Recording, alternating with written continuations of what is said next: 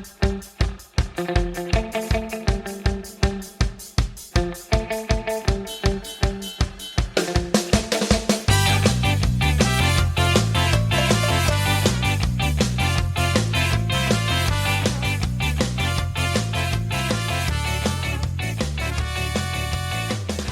everybody, and welcome back to the I Fox with Juice podcast. I am your host, Juice, and I'm here with my co-host, Rain. What's going on, Rain? Not much. How's it going? All right. Living the dream as always. Oh, man. It's just so weird. Like, we've continuously had fights, so it's been nice, but it's like, how long is it going to last?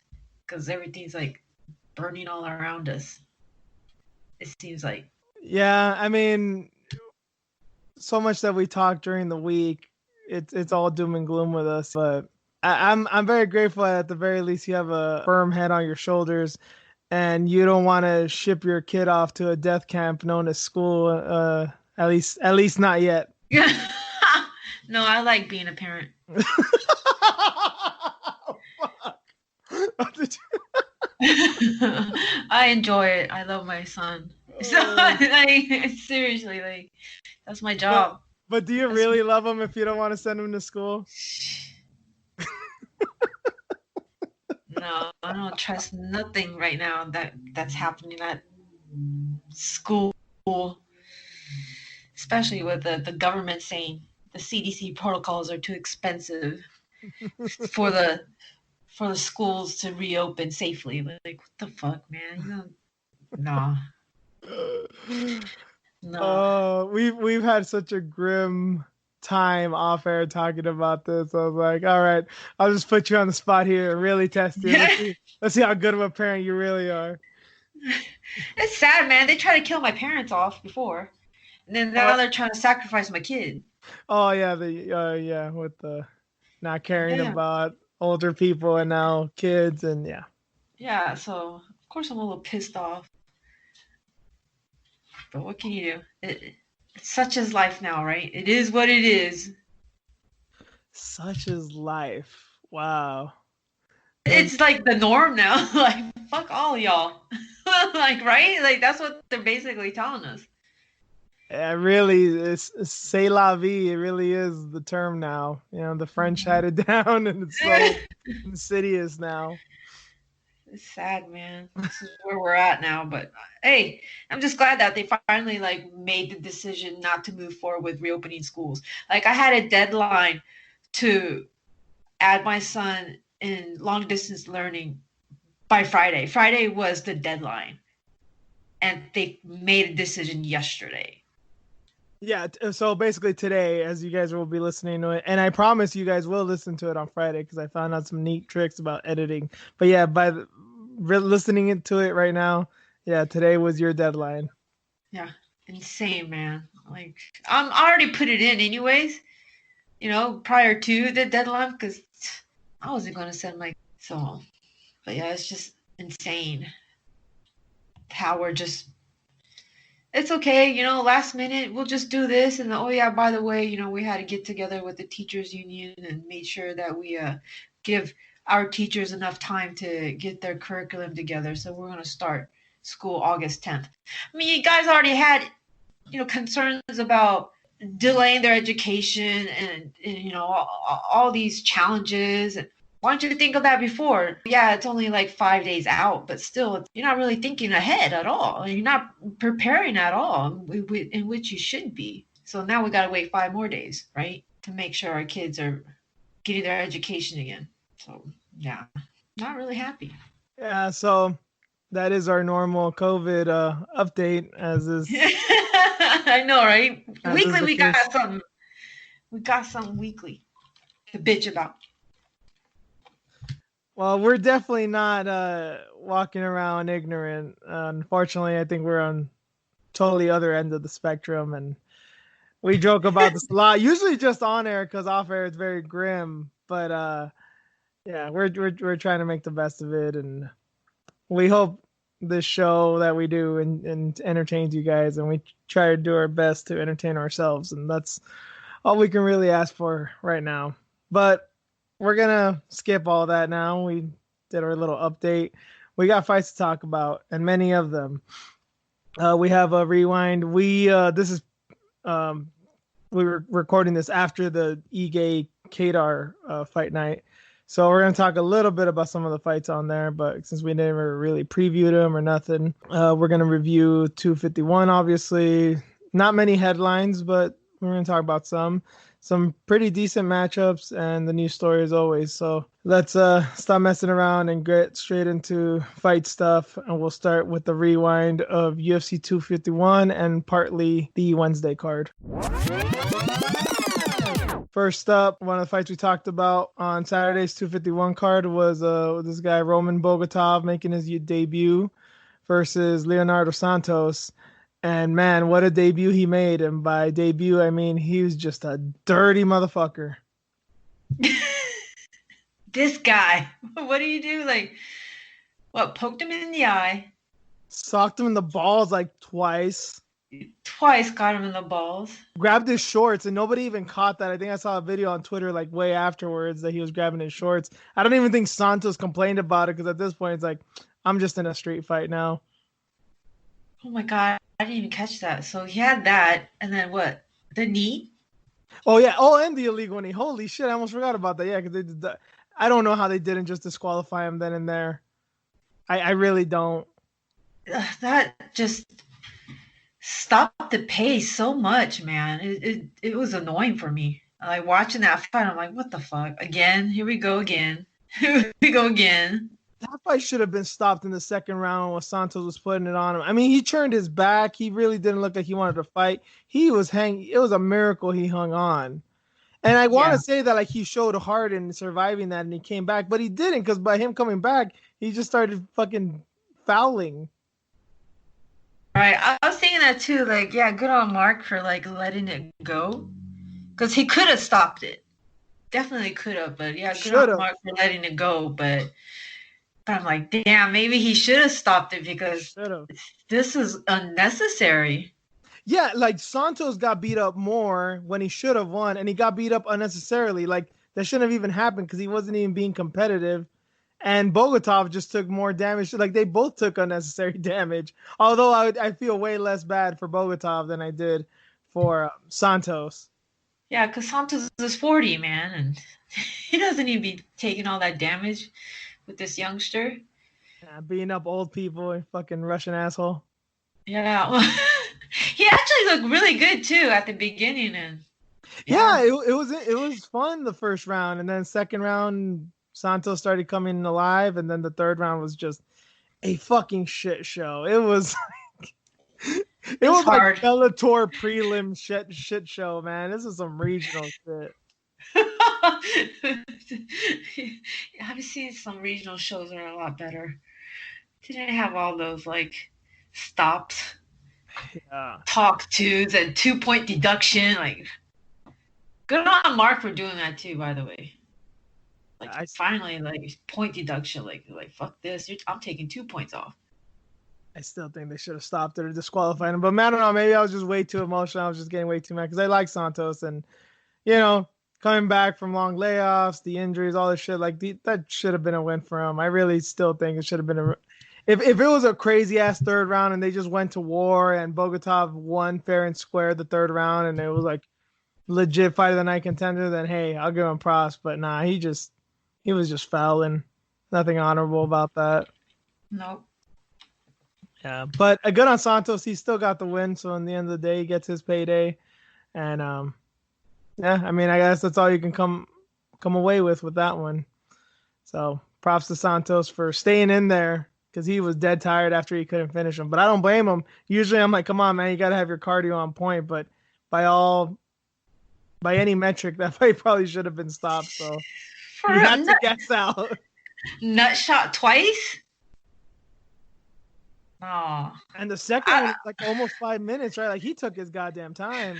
Wasn't he mad? Wasn't Mark mad because you could hear the cup? When he got hit, you could hear the cup. It was so loud. Yeah, because the second one was bad because it was like the toes catching the end of the cup. And that's the thing that people, especially non-fighters, never talk about. Of course, you do not want to get kicked directly in the testicles or punched directly in the balls or kneed. That's not good. But the thing with the cup is that it's double-edged sword. As far as the direct impact, you'll be all right. Yeah, it might hurt a little bit, but for the most part, you'll be all right. But the thing is, if they catch you like at the tip of the cup, especially with the toes, and it just like nudges the wrong way, that's a pain that you're not gonna feel had you not been wearing one. So it's kind of like a seatbelt, you know, like, yeah, obviously seatbelt saves lives, but if you fucking jump, you know, your car runs off into a river, you might drown. It's kind of a double-edged sword. Yeah, it's harsh, man. Like pinching against you and shit. You're lucky you don't know, Reen. You're lucky you don't know. I could just only imagine, like, yeah, certain things getting shifted and pinched and squeezed. I know the go-to with men and women, well, specifically with men, like, oh, if I was a girl, they just want to be whores and they just want to just like, I've seen memes of like what a man's hands would look like if they're a woman for a date and they're just all pruny. Oh, shit. Which is true. Not gonna sit here and lie about that. But, oh my god, that shit's funny. But the other thing is that I think this shouldn't be a curiosity thing. I think people should just experience. Women need to know what it feels like to get kicked in the balls, and I think men should know what it's like to get hit in the tits, because apparently that's very painful. But I can't put myself in the shoes either. I know. I want to trade places. Just one day. I really hope there is that advance in technology. That'd be very interesting. I don't know many people that wouldn't sign up for it. And it might change the world, because men might actually start respecting women more, and vice versa. Because there's obviously a lack of respect both ways in certain instances. Huh. I don't like fully understand why men are always thinking about sex and shit. And I don't understand why like y'all get hard-ons and. Oh yeah, we're just simple creatures. It's just all visual. Huh. Doesn't take much. Really doesn't. If the wind blows a certain way, you get hard and shit. Oh yeah. Yeah, I get to like experience all that. Yeah. Just one day, man. See, guys can never have that. It's like, oh shit, the wind's blowing really hard east. Okay, you know that girlfriend wants to get it on. Doesn't work like that with us. You gotta be testing and shit. We're talking about cups and. Well, here we go again. Mm-hmm. There really wasn't much to talk about in this fight. It was fucked up, man. It was. Well, a lot of fucked up shit happened this night, so I guess we'll move on with that. Jiri Prochazka knocked out Volkan Ozdemir. Jesus. Pretty emphatically, but in the weirdest fucking way. Like, I was getting annoyed. It was one of those things, like, I wanted him to get knocked out so bad, I went for the guy. I mean, I was right on this pick, but I also felt so wrong. I didn't expect any of that at like the beginning of the fight, just the way his antics, the way he is just like keeping his hands down and just, I'm like, bro, you're gonna get knocked out. You're gonna get hurt. Like, nope, not at all. I mean, he did get, I don't want to say hurt, but he got tagged really hard a few times. Obviously, he's got a good chin on him. Yeah. But I mean, from what I've seen of him in Ryzen, little highlights and maybe one or two fights I've seen of him, he didn't seem like that. I don't know what the deal was. I don't know if he like didn't train and just said, fuck it, I'm gonna just act as weird as possible. Or just thought this is the way to make a debut. I don't know. I was watching weighing in earlier, and Big John was talking to Josh about it. Like, no, that's just the way he is. He's like that all the time. Because like, I think Josh was like, he's weird. Like, he's awkward. Like, is he always like that? Big John's like, no, he's always like that. That's the way he starts. Yeah, especially Josh Thompson. He's like a no-nonsense guy. He just, wants to fight. So. Crazy ass debut, man. I saw people talking about this on Twitter, and I think it was a really good point. Say what you will about him. I think it is entertaining. Even if you hate his guts and want him to lose, you're invested. It is entertaining. He's getting eyeballs. But I do wonder, like, I couldn't help but not think of Johnny Walker watching him. I totally forgot about Johnny Walker. Yeah? Damn. I kind of forget. I don't It's blame been a you. while. I don't Yeah. blame you, but that's the thing is the fall from grace. You know, he was so dynamic, so spectacular, and then it's like, oh yeah, you're kind of just all flash. And Yeah, it's been a hot minute. Jeez. Right he before the fought. pandemic? Yeah, I want to say he fought on the Adesanya Romero card, or maybe the card like right before or after that. Like it's been like 3-4 months. Yeah, like right before the pandemic, I think. Nuts, yo. Yeah, he was the one. He was Like that dude. I feel like a Star Wars with Obi-Wan. Like you were the chosen one. You're supposed to save us, lead us out of darkness, the darkness of That's just John Jones. huh. Yeah, but well, I don't know. I mean, this guy with the way that light heavyweight always seems to go, he may be the next one to just get streamlined because that always tends to happen.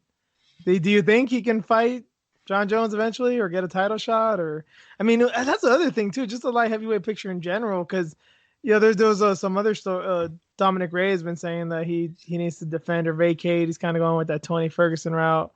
I mean, at least with him, I get it. He wants a rematch, but then there's still Jan Blankovic in the mix, and obviously there's legal troubles. And then he was taking the pandemic very seriously, but then he started shooting his gun off in the air, and now he's like, everything's going with people don't like me because I'm racist because they're racist now. I don't know. I don't know what's going on with John Jones, man. Yeah, I don't. Yuri, I think he could make a run for it. Um, he has that personality, and he's only 27 years old, so he could be the next fighter star that they can groom. Because he's a pretty good-looking kid. I mean, he's not bad looking. He has Ah. he has personality. He even said so himself. Like at the end, he's like, "I got hit too many times. I can't do that next time." Even So with that weird haircut, you still dig him? yeah, he's not bad looking. Okay, I don't know that haircut. Even with all his antics, I still kept looking at his haircut. Like, what the fuck are you doing, man? It didn't bother me. Okay, fair enough. No, no, it didn't bother me. He's chiseled, so he has that going on. So yeah, they could probably make something up. I don't know. Yeah, I find it hard to believe that he can. I can see him getting past like a guy like Anthony Smith, maybe. Shit, even well, if he ever comes back, Luke Rockhold, especially if he comes back to 205. But I can't see him beating like a Jan Blankovic or even a Glover or like Thiago Santos. I don't know. Like to me, it's like you got to be able to beat all those guys if you're going to talk about John Jones. I don't yeah. know. You just give him some time. Like he could probably get it done. Especially now, like what kind of training are any of them really doing? Zoom, Yeah. treadmill, jump rope, fucking road work, heavy bags. That's the fun thing. That's why I can just enjoy these fights, man. Like, hey, these guys are fighting. Like, they're really fighting. Fuck training camps. Fuck game plan. And it sucks because there's some really intellectual fighters that like they're kind of getting screwed over here because this isn't the way they go about it. But Mm-hmm. you're seeing real fighters, and then that's why, like to me, I think it will go down in history as one of the best performances in MMA history. Gagey and Ferguson, because yeah, of course, Ferguson cut weight the month before. He shouldn't have done that. He's been training for Khabib this whole time. Sure, all these things. There's very legitimate reasons. I won't call them excuses. Reasons to why he lost, but that still doesn't take anything away from the fact that Gagey figured Tony Ferguson out and put on a clinic and stopped him. Like that's incredible. I don't care under what circumstances. That's fucking crazy. So then there's people like that can actually like just make it work, even in a very short Mm-hmm. amount of time. Yeah, I think Max Holloway's on the other end of the spectrum, and we'll talk about him soon. And we have to Yeah. cover that as well. But keep going in order. The main card started with Amanda Hebus. Jesus, I'm kind of just gonna stay quiet here for a minute, Irene, because it's crazy because I haven't apologized. I apologize to you guys that the first half of the last show was basically just all outdated because it was all a preview of a fight of a card that already happened. But believe me, we did do this before the card happened, and Reen predicted that she was probably gonna snap Paige's arm and just finish her right away. And man, did that prediction come true? Dude, she's fucking amazing. That fucking hip toss, she's just fucking amazing. And like I was saying with Paige, like it's been a while. I figure she'd be a little afraid or hesitant. I mean, it's always going to be in your mind. It doesn't matter who you are. And she's broken it twice. It's got to be on her mind. Like, shit, my shoulder, my arm, my arm, my arm. Was it that same one? I thought it was the other one. I don't remember which is the injured arm. I can't remember either, but still, like, it's still got to be in your head. And, and that long layoff and shit. Just Amanda, man. Good on her. I mean, I guess she's hanging out still in Abu Dhabi. She got to watch the fights with Dana White last night. So she's getting the star treatment, man. Hello. They're taking care of her, so how exciting. She said that her followers doubled ever since that fight. Like, a lot of people are really interested and got eyes on her. I think, well, this was kind of what I was getting at with this. Well, of course, we had to cover the fight, but the big thing that came away that seemed most people did, that she might be the next star. I kind of thought when it first happened, is just because Paige, that leapfrog effect, like Nate Diaz when he beat Conor. Conor was the big star, so Nate beating him gave him some kind of like legitimacy in that way.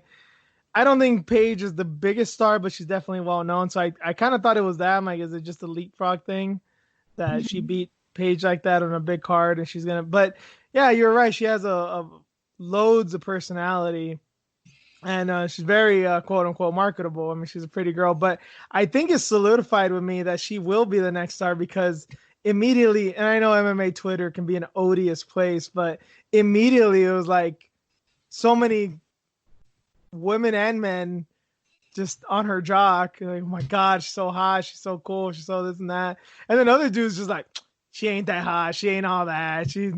There's better looking women out there. Like, once you have hot takes like that, like right away, I think you're somebody. I think you will be somebody.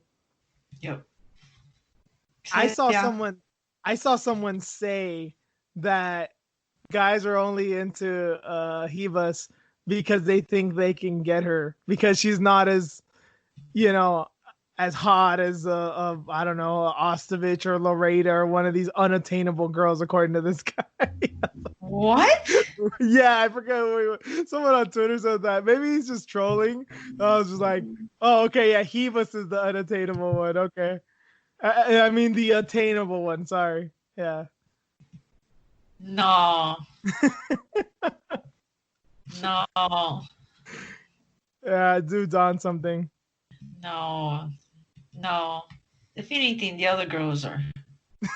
You can get him. Yeah. Yeah. I mean, he was as young too, but she doesn't seem that. She seems smarter than that. A lot smarter than that. I will say though, and this is me speaking as just some fucking slob on MMA Twitter. Yeah, she's very attractive, but yeah, I can't take that girl on a date because it's gonna sound bad. I don't want to hear her laugh. What? What your impression? I was like, oh, she's just kind of playing it up, and then I heard her laugh. I was like, holy shit, she really laughs like that. No, right? You didn't see all the interviews. Like, no. She's like that all the time.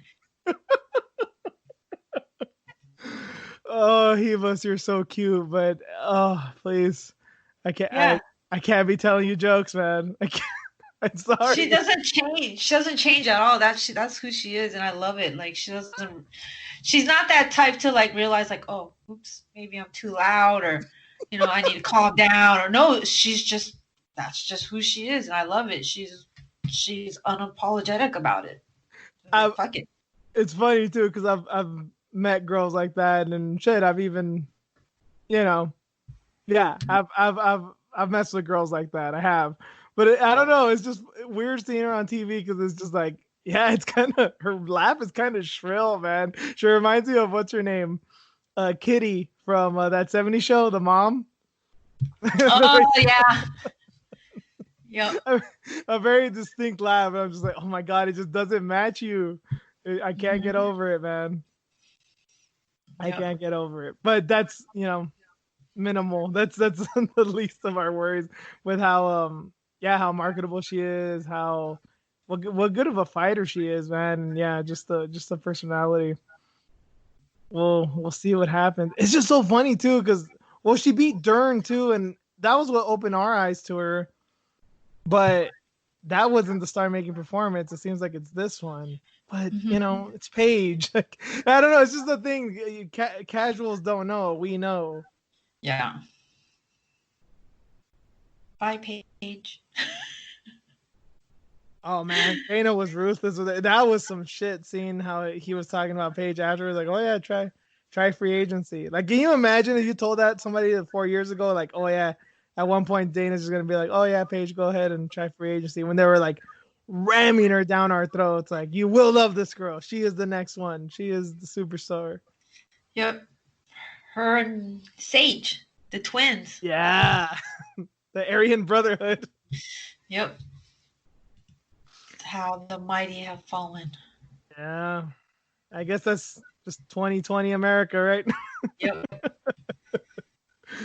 Oh yeah, don't take anything for granted, people. And UFC fighters, any fighter really, but especially in the UFC.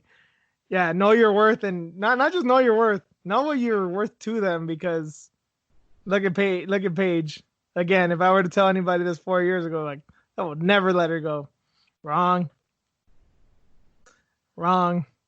They are still keeping Ostovich, but that's a different story. We'll see how long that one goes. No comment. Shit, Dana was getting her on the looking for a fight, basically co-promoting her show. We don't believe in co-promotion bullshit. Yeah, that's a big helping hand there. Anyway, good on Hebus. We'll see what's up for her next. Another, it was what? Yeah, fight of the night, and I agree. Rose Namajunas and Jessica Andrade went to war. I mean, I don't know if I call the first one a war. It was I can't even call it back and forth. It was an ass whooping and a half until it wasn't. Until someone got dropped in her head. This one was an ass whooping for 2 rounds. And then, the tide turned real bad. So I tweeted after this that I had it a draw, and everyone was telling me that I was crazy for that. What do you think, Green? I thought she had Rose 1, 1 and 2. And she kind of started to fade. I do too. I believe she won 1 and 2 as well, but I believe Jessica won the third at 10-8. I don't know if they were doing. I don't know if they were doing the new rules of that they give they're more liberal with the 10-8s, but that's how I went about it. If there was the old school rules, I guess I could see it. If that's the way the judges had to go about it, I could see it. But I personally, under my guidance, under my guidelines, I thought it was a draw. Yeah, I thought it was 2-1, and then I was thinking, like, damn, if it was 5 rounds, Rose may have not made it. Yeah, Jessica would have finished her. Yeah, it wouldn't have lasted 5 rounds. Like, she was fading. I mean, even the second round, she was kind of fading, and Jessica was starting to pick up her timing and just really poured on her. Like, she was like, fuck it, I'm just going to start pouring it on her.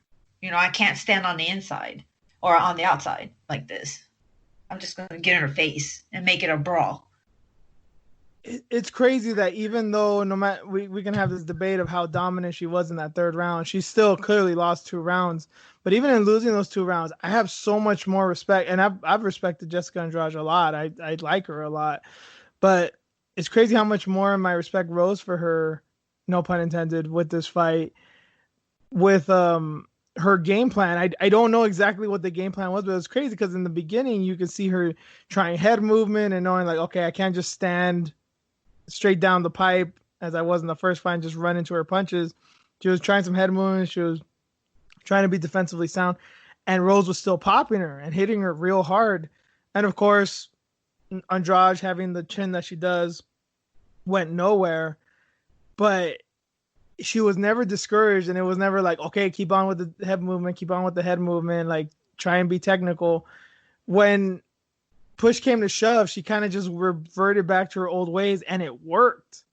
Like obviously, we know she can attempt a game plan, but Mm-hmm. even in just reverting back to her old ways, instead of getting her ass handed to her as most people would, she just powered through that shit and just started whooping ass. Mm-hmm. That's crazy. That's some other level type confidence, other level type determination shit. Mm-hmm. Fucking Jessica, man. Good fight though. I mean, Rose being out that long and just her family, you know, challenges with the COVID and not being able to have like a stable like training environment. Good on her, man. That's just next level shit with her footwork. It's just amazing. I will give no, you said basically the whole training camp was kind of just her and Pat Barry, right? Yeah, her and Pat Barry and He going was back good in the to corner. Minneapolis. He was good in the corner too. He wasn't like just. I always felt like he was just way too emotional. He was good here. I will give him credit for that. Yeah, her boxing was on point, but yeah, just I'm not even giving shit to anybody for getting tired in these types of fights, man. With the especially here now in Fight Island, the flight, Mm-hmm. the jet lag, and the COVID protocols, and it's a lot, man. Like anyone Yeah, who wants like a well conditioned athlete in these times, come on, man. Be have a little sympathy, man. right. Because they had to fight early in the morning to accommodate our schedule. Yeah, So still there's do. that. Yeah, there's that factor too. So damn, man. So Wiley commented Mm-hmm. after. Mm-hmm. She's just like, can't wait to fight her next. Hopefully she clears up all her injuries and we'll be able to see that fight. So she had it like 2-1 too, with Rose winning. Yeah, I know that I was in the minority. I mean, nobody on Twitter agreed with me that was a draw. I think I saw maybe one person like on the broadcast or something that they showed on the screen or something. I forget who it was. Yeah. But again, I was kind of just going with my own rules. And thank you for bringing up Wiley. That's my other question. I don't. Nothing's fair, nothing's deserved, and nothing even really makes sense now. But what do you think about? I think these are the two possibilities because there's a third possibility, but I don't know how realistic it is. What's The the most third one? the two possibilities I think obviously Rose and Wiley for the belt next. Rose and Andrade in a rubber match, which I would like to see maybe the most, but I understand if they may not go with it. The third one I think is the least feasible one and probably the most unfair one. Rose and Suarez. What do you think of those three, or what would you pick, or what do you think just might happen? Rose and Wiley, that has to happen. You, I mean, trust me, I like them both. I really want to watch it, but there's no doubt in my mind that Wiley's gonna whoop her fucking ass after that. I know there's only so much you could take away from that given the circumstances, and maybe by the time they fight, we're back to semi-normal, Mm-hmm. and that can change things. But I don't know, man. I don't. Obviously, why? That's the other thing.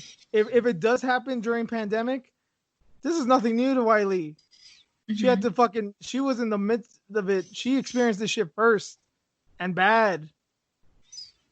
Remember when we were joking about her? And it was Yeah. fine because it was never gonna touch Big Bad America. Yep. Yeah. And she couldn't go home if she didn't win because her mama wouldn't let her come home. Yep. I take your remember.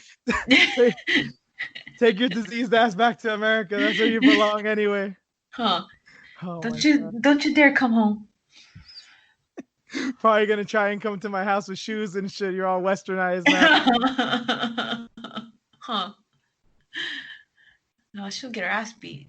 No, I was gonna say like, no, it does need to happen, dude. She can't go backwards. And with Suarez, it's like, where's she at? There's still no word on what's going on with her. Yeah, that's definitely the least likely of the options because yeah, especially with neck stuff, man. That's a thing that you can be okay in a week or you can never be okay. There's never a good time with that shit. Mm-mm. So Rose, well, kind of beat Jessica twice on paper. Of course, it's not like that, but and then Rose beat Joanna twice.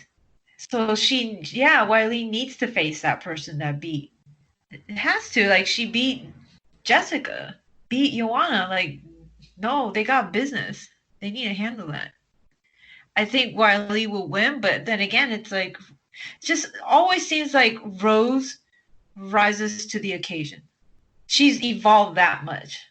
She does, but the thing is, and we didn't really talk about this too much last week, but she was criticizing Joanna and Wiley as far as, oh, that wasn't even fight of the year. It was sloppy and shit, which I actually understand the criticism. Like, Wiley don't play that shit. Wow, that's interesting. I didn't even hear that. Yeah. I don't know. I didn't read the article, so I didn't see the videos or anything, so I don't know. But she was basically saying, like, it was just nothing but offense. It wasn't like a good technical fight. It was just a brawl. Is basically what she was saying. And obviously Rose is a technical fighter. Right. So, Coming from her. I understand why she would say that. But again, Wiley just fucking laid her heart and soul out. I don't think she's gonna take kindly to that shit, as Joanna well knows. And Rose, it's gonna be interesting if we get a fired up Wiley similar to the Joanna fight, and then Rose just trying to get her title back. That's, as far as the X factor goes for both women, that's nuts. I do want to see it. It's just, I didn't think it's just a matter of when. Is there a right time for it? Right. Probably end of the year. Depends on COVID. I will say I do hope it happens later on, because Rose obviously got beat up in this fight and Wiley got beat up in her last fight. I do not want to see this in like September. That's way too soon for both of them. Mm-hmm. So yeah, give them some time. Well, if they want to take it, but I hope they do.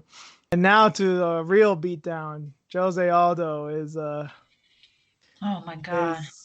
Is not the man he once was.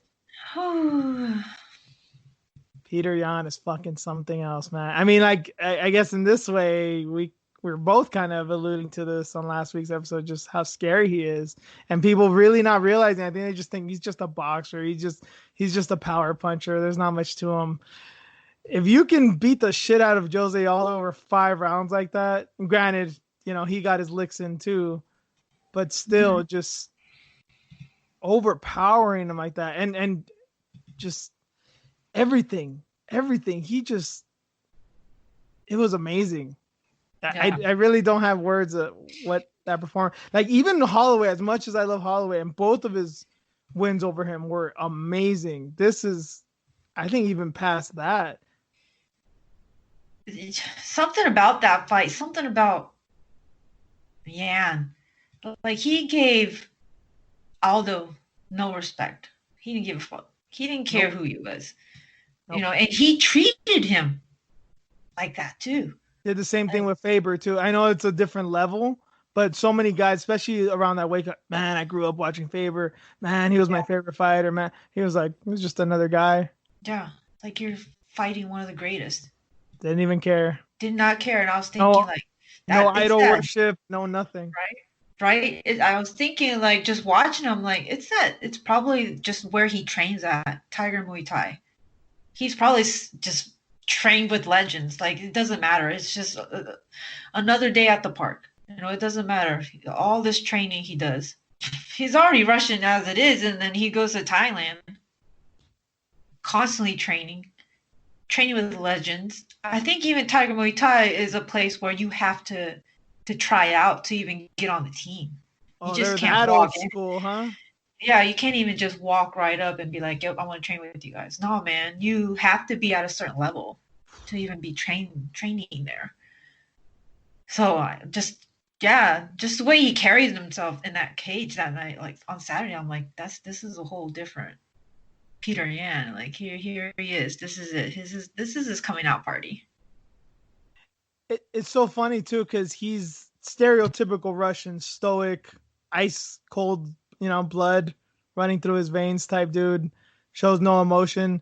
But then I saw that video, I think it was on Instagram. I don't know where he posted it, but I think I ended up seeing it on Instagram. He was jumping rope, and there was like some kind of mention, or he directed it, I think, at Aljamain Sterling. He was jumping rope, and then he just started whipping it with one hand, and he just started flipping off the camera, like, "Fuck you, you're next," or something, because I guess he called him out or something. It's like, fuck, dude. He's just a gangster. That, like, Usually with Russians, you think of Khabib and Fedor. These types of just I don't care what anyone says. I'm just here to fight. I'm just all about martial arts, all about competition. This guy's like, fuck you and your family. You know, he's like that type of dude, Yeah. man. I Yeah, they're don't give a still shit going at about. it.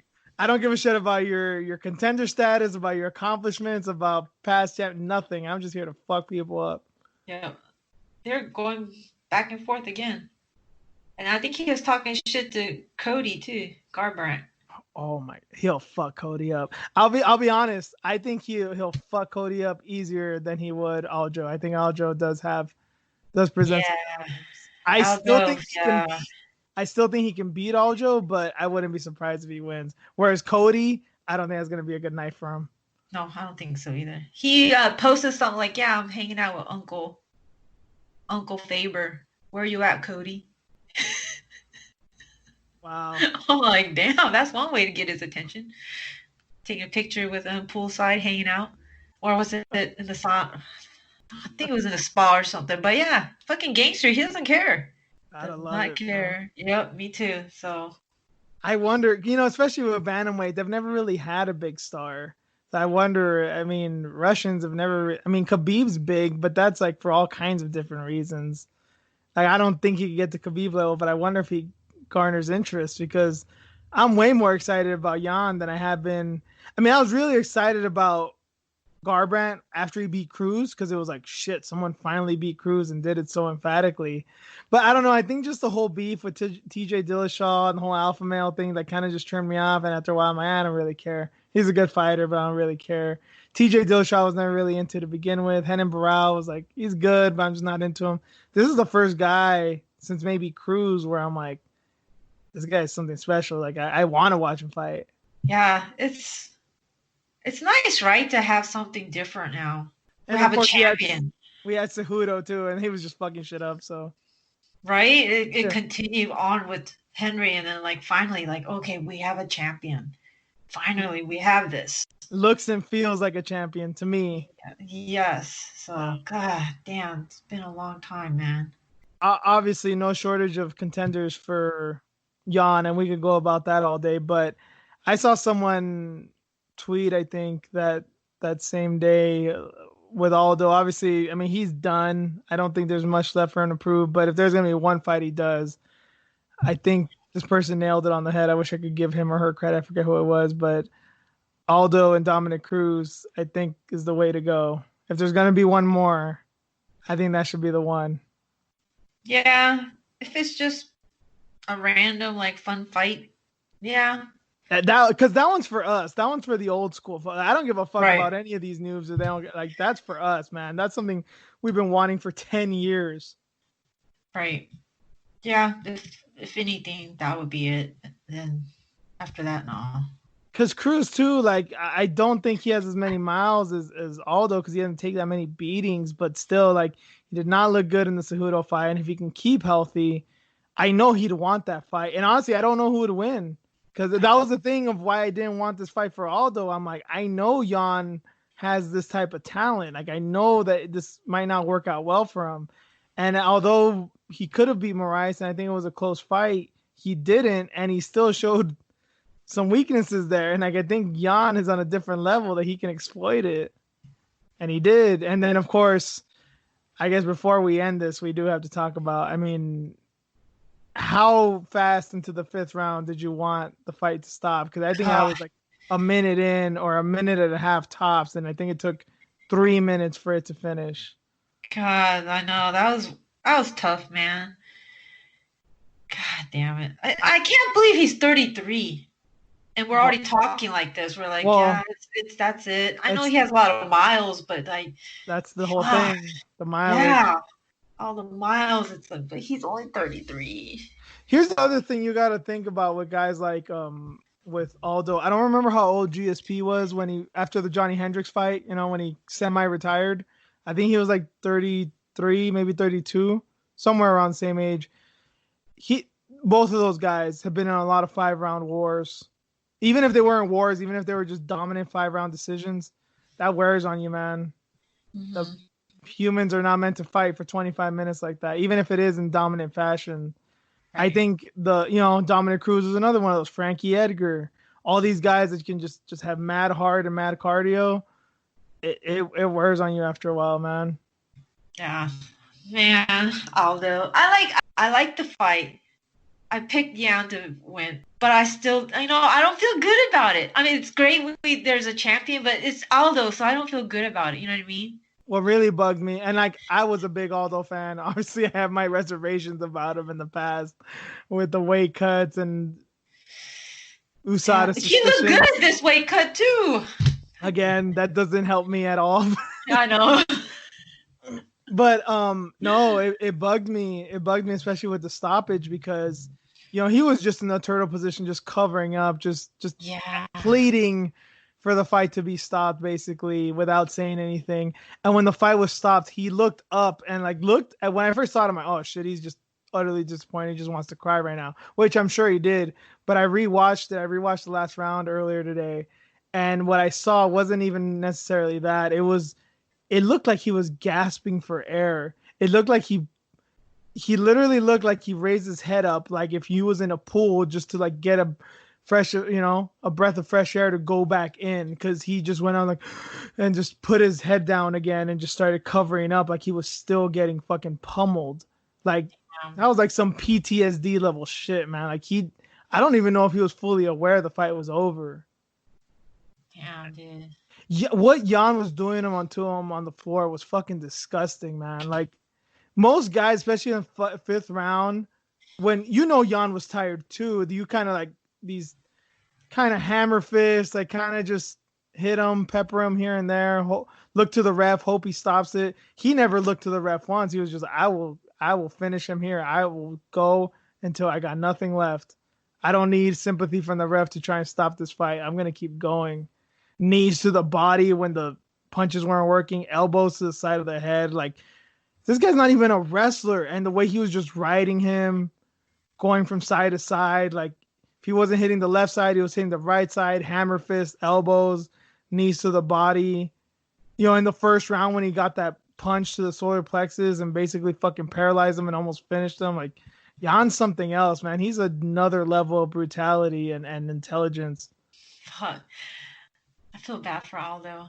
I'm so excited for Yan, but I'm like, God, it still feels weird, man. was Yeah. it was definitely bittersweet. Even like, even if you weren't the biggest Aldo fan, if you grew up with him, if you were You're back in the right. WC days, like yeah, that hurt a little bit, man. Part of you kind of died with him. Like you knew, like, oh fuck, this is over.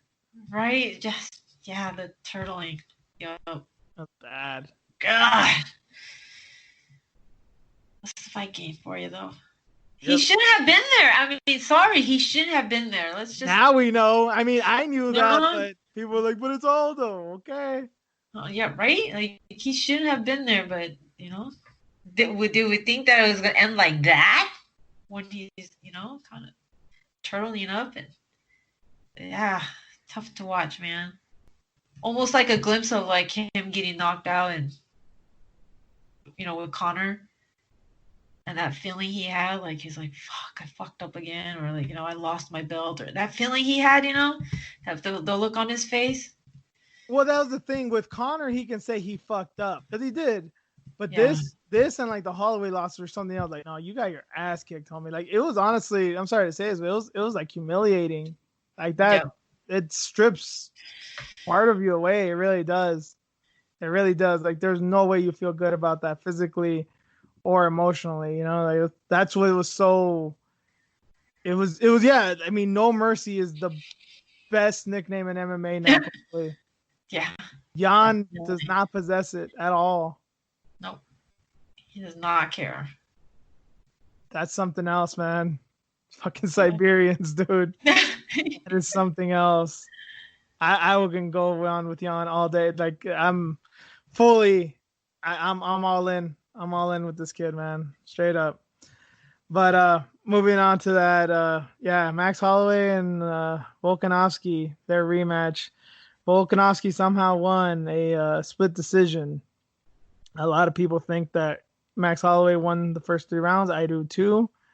Mm-hmm. And they were very surprised that Volkanovski won. It was kind of weird. It was kind of like a mirror. It was like a reverse image of the first fight, where like you can make the case that Max won the first fight, but it's not the greatest case. I think it was more obvious that Volkanovski won the first fight. And this one, it was like it's kind of hard to make the case for Volkanovski. I think it's more obvious that Max won, but Volkanovski ended up winning them both. It's crazy, man. You should have seen all the hate he was getting. I was watching the live conference with him, and just the live comments like LLL, fake champ, fake champ. Like he was getting so much hate. Volkanovski? Yeah. After the fight, after right? the fight, he's getting so much hate from people. I mean, it's not his fault the decision went his way, you know? It's not. It really isn't. But he's that fighter that came out of nowhere. Yeah. And took the belt, and then he did it again. But this time it's like, oh, did he really win that fight? No, I don't think so.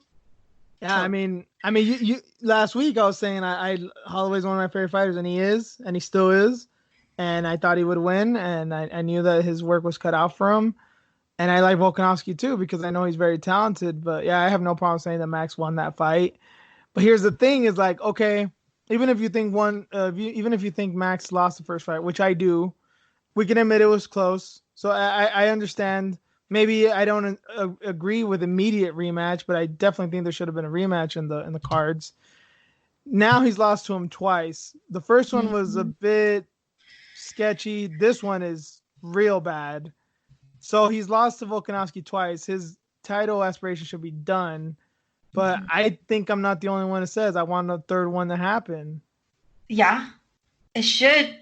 I mean, even though on paper it's 2 losses, this loss is questionable. This last loss is questionable. And it's not fair to Max, really. Like, who should he fight? He cleaned up the division. The only thing he would really have to do is just go to a different division. But he already tried that.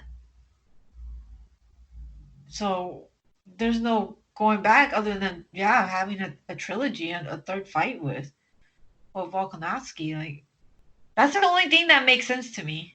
God, if it'll suck so bad though if he lost a third time though. Jesus, and like actually loses, like gets knocked out or submitted, like something. Because right? the history books are just like, why the fuck did this happen the third time? You know? Yeah. So it's just, man, it sucks so bad to be in Max's position right now. Like that belt should have been his to take home. Yeah. And he's stuck. Like, yeah. what do you do? You know, on paper, he shouldn't get another shot. This is not going to be Max's style, and it's not even assured to work out. This is a really risky plan. But what I would think, this is just me kind of thinking out loud, go up to lightweight and like work your way up. Obviously, we saw what happened with the Poirier fight. Do not fight those monsters. Fight, the Diego Fajedas, Kevin Lees, those type of dudes. The like fringe top 10 contenders, top 15 guys, shit, maybe even below that. And then hopefully Volkanovski loses and you go back down and go for the fight. Because I think it's going to be a while for him to like become like a legit lightweight. Or maybe he can just take fights like that and work on his body or, strength and conditioning or just ease into the weight and see what happens with some top dogs later on. But I do not want to see him get in there like he did last year with the Poiriers and the Gaethjes and the Khabibs and those type of dudes. I mean, obviously it'd be great to see him fight Conor, but I don't know, the retirement and all that type of shit. But I think he should just take a test, a little venture into lightweight to see what happens. Yeah, I think was it Luke Thomas that mentioned this? He's like, yeah, he should just, he doesn't know if the rumors were true about him getting training with, just on Zoom or whatever. But he's like, next time he just needs to go somewhere. He needs to go to like California or whatever and get some training done. He has the money. That kind of bothered me when he said that. Like, oh yeah, he has money to do that. Bitch, it doesn't matter how much money you have. There's still a pandemic. Well, Okay. yeah, here and now, yeah, that's not a good argument. Yeah, there's still a pandemic. Number one. Number two, he mentioned that he was trying to be careful with all this. He has family he has to be careful about. He has his little one, he has his grandmother. I'm like, come on, man. He's still I trying to train during the pandemic. So don't fucking sit there and be like, oh, you got money, just go to fucking California. You don't want to be in California. You don't want to be here right now. I like Luke Thomas, and I think he is a smart guy, but that really is, and I know Hawaii is part of the United States, and I know you can call them Westerners, but I think I've never been to Hawaii. I've never even really, well, I met one Hawaiian when I was way younger, but I can't say I know the culture. But I know enough about this. Like, they are very almost Eastern in their way with family and with community. They are not American. I'm not saying this to insult them. I'm actually kind of complimenting them because their culture is nothing like ours. It really isn't. And I think that gets lost on people, Like, yeah, you're right. He's got family. I mean, shit, even after the fact, he was still, he talked about it before the fight, after the fight, about donating, the fight kit and giving money to the food banks and stuff. Like, not a lot of fighters are doing that right now. Right? Like, And he really cares about his community. And like, I saw right. even Tulsi Gabbard was rooting for Holloway. She like tweeted that like, let's go, champ, bring the title back. Like, Hawaiians stick together, man. They're not like typical Americans. Yeah, he's not gonna leave his people to go train somewhere else. That money is gonna get pumped right back into the to his same community where he grew up in. Like, you're ridiculous even speaking like that. That fucking bothered me. It's not about money. He doesn't give a shit. Obviously, if he really give a shit about money, he'd be like buying high end candy and shit. No, he goes to fucking little stores, get his little like pokey sticks and shit. Like, he's so simple. I think he still lives in the hood, right? Too. I mean, I don't mean like the Yeah. hood, like, but like he still lives on the same island that he grew up in, which was fucking rough as shit. Mm-hmm. That's Still that's around family. Hawaiians. That's Yep. Hawaiians, man. He's not BJ Penn. He didn't grow up from a wealthy family. He's beating the fuck out of people because he thinks he can. Fuck BJ Penn. I'm saying that before. I'll still say it now. At least now, much like the Gracies, people agree with me now. I wasn't some fucking privileged rich kid. Fuck that fool. Right, exactly. So be quiet, Luke Thomas. Like, lately, I've been liking you. You've been saying some real shit, but this time I was like, "What? Excuse me? What do you mean? You got money?" People can be wrong here and there. I think Luke is less wrong than most people. I know people probably listening to this are hating me right now because it seems like everybody in MMA Twitter hates Luke Thomas, but he is a smart guy. But yeah, sometimes Yeah. you don't think about what you say and cultural stuff gets lost on you. And I mean, I can forgive it, but I hadn't heard that. But yeah, Yeah. I definitely get where you're coming from because that's really just a cultural ignorance type thing. Right. I'm like, your wife is from Argentina. What is it? I think Somewhere. Colombia. Colombia. It's like, Colombians are something else, though. Colombians are something else, though. but they That's still what, got close family unit. yeah, Not yeah. like America. Not like the States. They don't care. Go to school during the middle of a pandemic. Yeah. Anyway, that was the co-main, and the main.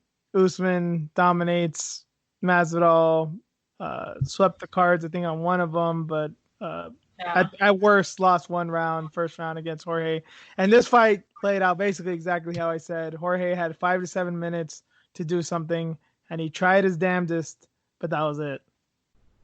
Yeah. I mean, it was expected. I think that would just happen over and over again, really. He would have to get a finish. Jorge would have to get a finish each time if they fought over and over again to win it. Kamaru would always win with takedowns and grinding and, yeah, just dominating all those rounds. What can you do, man? There's levels, right? I mean, at least we got to see it. I think Masvidal made a good point saying, I did give him credit, even as the fight was happening, of he still stuffed basically almost all the takedowns except maybe one at the end. Mm. Somewhere in the middle of the fight, he kind of got taken down. Because Usman really was, like, I know people were kind of saying that he was just walling and stalling. I don't think he was. I think he was really trying to take him down. And I think Masvidal showed that he's not just going to get taken down like that. Right. But that's the whole thing. It was like he was just taxed. He had nothing to give. Yeah. Jorge's talented everywhere. He only has 6 days to prepare.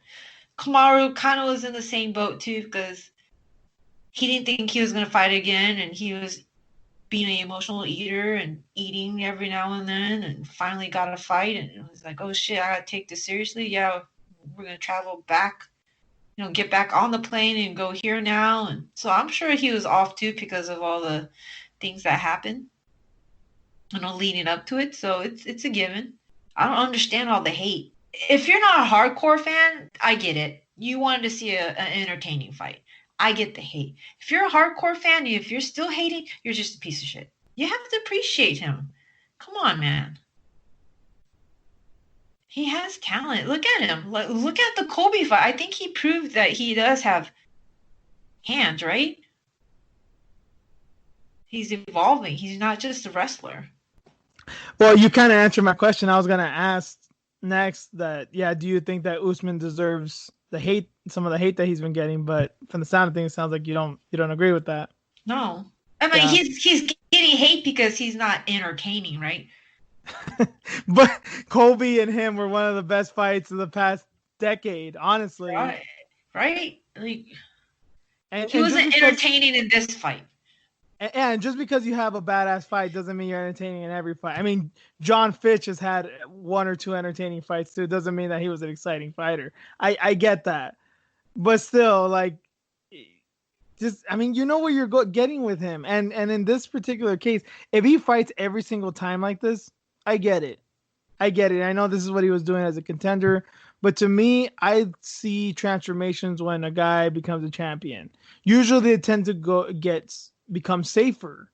That happened with Jose Aldo, that happened with GSP because they don't want to lose the belt. So they become safer fighters. That's why I hold Demetrius Johnson to such a high standard. I mean, John Jones has done it too of for the most part fighting safer. Demetrius Johnson got crazier and more technical, and also he was way more willing to take risks as a champion. Like, that is so rare. Usman is what? That's 1 title defense. Like, let's see how he grows. Shit, he may lose his belt in the next one, and what happens then after that as well, I don't know what's going to happen. He has so many people that are after him now. Like, Gilbert's still sitting there. He's probably going to get the next title fight. There's Leon Edwards, but there's that potential to make a lot more money if he were to fight Jorge again. I don't even know if that's even on Dana's radar or not, but they wanted to do Khabib and Conor right away as well too. I mean, if it really made the 1.3 million buys that they're saying, he'll definitely entertain that. And Masvidal's throwing his name out there like that too. He's saying, like, I think I deserve a rematch. Like, I think I'm better than that. Whether they give it to him is a different story, but I think he knows, like, they'll entertain it at least. Crazy, man. Did you know that they were actually doing FaceTime with Mike Brown? Mike Brown was FaceTiming them. Wait, in the corner? Yes. I guess Abraham, that's his manager, right? Abraham? I think it's Abram Kawa, yeah. Yeah, Abram. He was in Jorge's corner, and they were FaceTiming. So he was just like the phone. He was just like the phone holder. He was just making the call. Yeah. And giving Jorge instructions. So that's another factor. It's like, okay, had Mike Brown been there physically, would that have changed some of the rounds, the way the rounds looked? Yeah, because Masvidal, you can tell, did not have a game plan. Like, he was going to all his usual tricks, the body kicks, the switch up left hook, that little stutter step thing that he does, jabs, and I mean, he was being fundamental. There was nothing wrong with what he was doing, but like, he was throwing so many kicks. Like, I really think Brown should be like, you need to stop with that shit. You need to focus on your hands. You need to throw some knees, something. He kind of just went with like a Muay Thai centered attack, kicks and hard punches. And he never really diverted from that. Yeah. Man, see, that makes me wonder, like, okay, had Mike Brown been there full camp, what would it really look like? Like, I'm really interested. Like, if they did a rematch, I wouldn't be mad at it. I think that would really make sense. I wouldn't be mad at it either. I just don't want to see it right now because there's Woodley still in the mix. There's Burns. There's no shortage of contenders. Someone's got to get in there. Who would Woodley fight? Oh, I'm sorry, not Woodley. Edwards. Sorry, I think I said. Oh, Woodley. okay. I'm like, No, who would? Woodley. Okay, No. Nope, not him. Nope. okay. Nope. Sorry about that. He's lost. He's not even in the picture anymore, which is Nope. odd. But that's what happens when you blow all your money when you become a rapper. Kids don't become rappers. See what happens to you? Oh shit! I forget who it was. I don't know if it was on MMA Twitter or just some random person said something like, "Can rappers start rapping about frugality? Because I'm tired of getting made fun of for being broke all the time." Huh? I'm like, well, it might change the culture. You never know. Like, I wonder what that might do to young impressionable kids. Save your money. Don't just blow it all. Shit. Especially now, huh? Especially now. Maybe they should do that for the sake of the country, for the sake of humanity, maybe. Yeah. That'd be hilarious. It'd be nuts. Crazier things have happened, man. Mm-hmm. All right. So that does it for that card. I want to make two little notes just because we don't want to go too long in this. The Calvin Kattar Dan Ige fight just happened last night as of recording this. Wanted to touch on that one, but before that, I really wanted to touch on the Molly McCann fight. Tyler Santos whooped her ass in very impressive fashion. This is a girl I totally forgot even existed.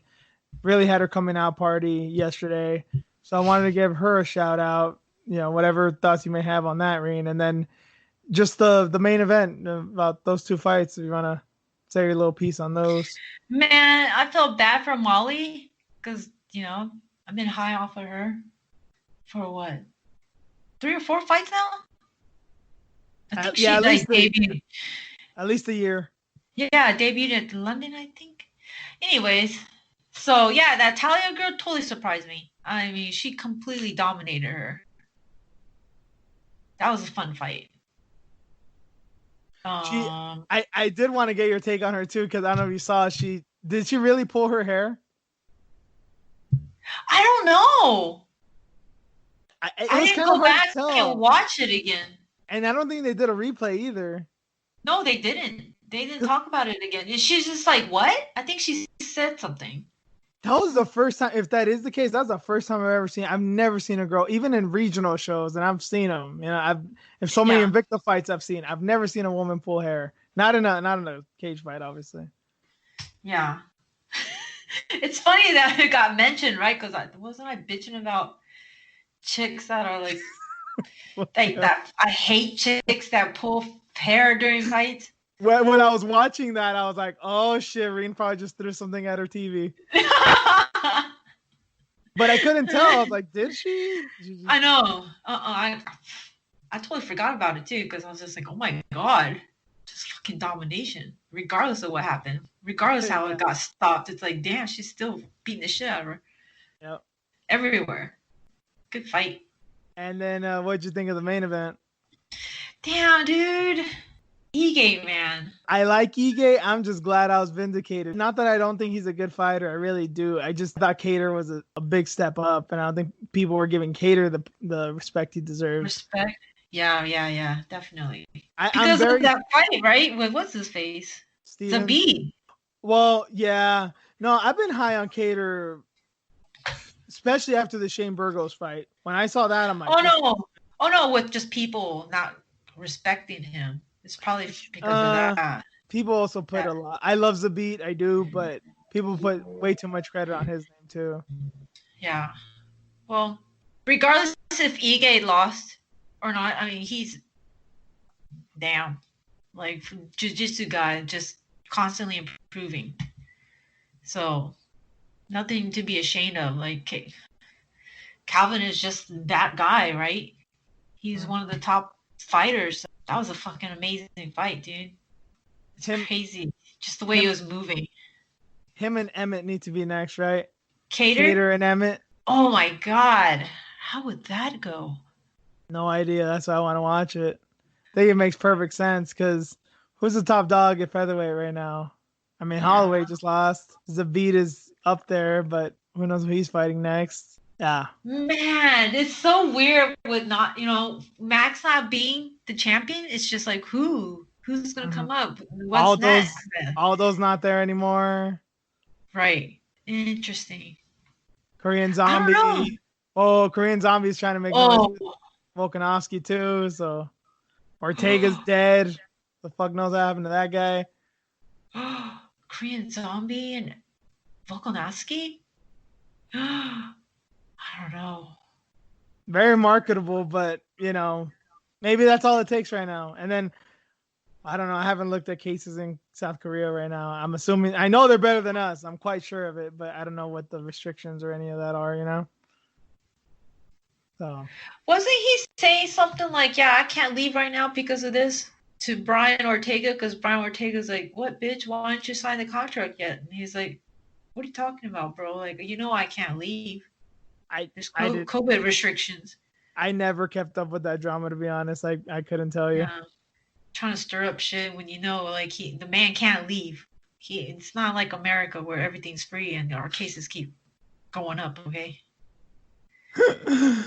Oh, as Ronnie Chang said, that's the problem with America. Too many civil liberties. Goodness. Trying to pick a fight with somebody in a country that actually wear masks and follow rules. Anyways, I'm hating again. I think that's a good way to end the segment. I don't know, like, fuck you, man. Brian. Good segue, I guess.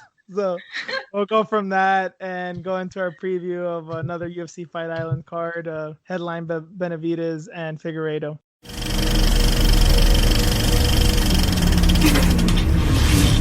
And first up on the card, in the prelims, Brett Johns and Montel Jackson. Brett Johns, I've been a fan of ever since I went to, I want to say 227, and he fought Pedro Munoz.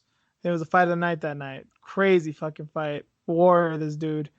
And Montel Jackson, he's just a freak athlete, man.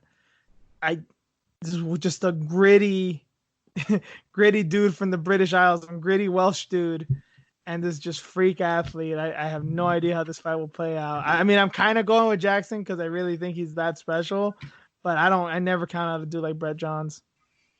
I didn't know either. I didn't know which way to go with this one, but I'm leaning more towards John. Damn, really? Yeah. The thing that this is a very stupid fact. I don't know if it's stupid, but it's just, I don't know. It always gets me. The fact that Montel has the size of like a heavyweight, that shit always trips me out, man.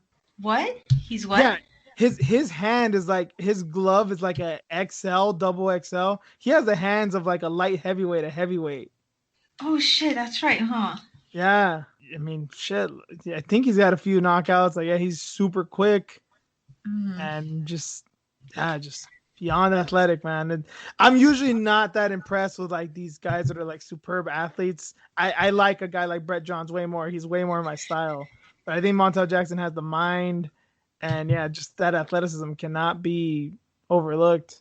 So I think I'll go with Montel just because you're kind of siding with Johns. As much as I like Johns, as much as of a gamer as he is, I think Montel can take it. I really think he can be a top contender soon. Yeah. Fun fight. So that's on the prelim portion. On the main card, opening up the main card, I believe, Alexandra Pantoja is going to fight Askar Askarov. Pantoja, as of a few days ago, was going to fight Joseph Benavidez because Figueiredo supposedly had COVID. So you got to wonder what kind of headspace he's coming into this fight with, because, I mean, shit, damn well he wants to fight for a title instead of this dude. But is that gonna distract him? Is that gonna fuck with him? Is that gonna, have him take his eyes off the prize, so to speak? So he's really okay to fight?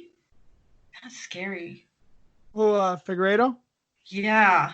Well, like he said, he had it months ago. It's like Michaela Mayer fought this week, remember what happened with her. It sounds like it was a similar Oh, situation. She looks right. fine, dude. Speaking of that, her coach, who's elderly, he's like in his 60s. He got sick too, and he Oh was saying, no. yeah, and he's like a father figure to her too. She kind of like grew up with him since like she was a teen, and yeah, but he fucking powered through it too, and she looked good. I mean, she beat the shit out of the girl and looked no worse for wear. Cardio looked on point. Good game plan. She looked good. So maybe she caught a mild case of it. Who knows? Maybe it's just because she's a great athlete. Who knows? But yeah. Yeah, and that was one of those cases too. Her coach couldn't be there, so it was like they were doing it remotely type thing too. Damn. Yeah. But anyway, yeah, I think I mean it's just a fact. There's false positives for sure. But there's also false negatives, and of course that's the scarier one.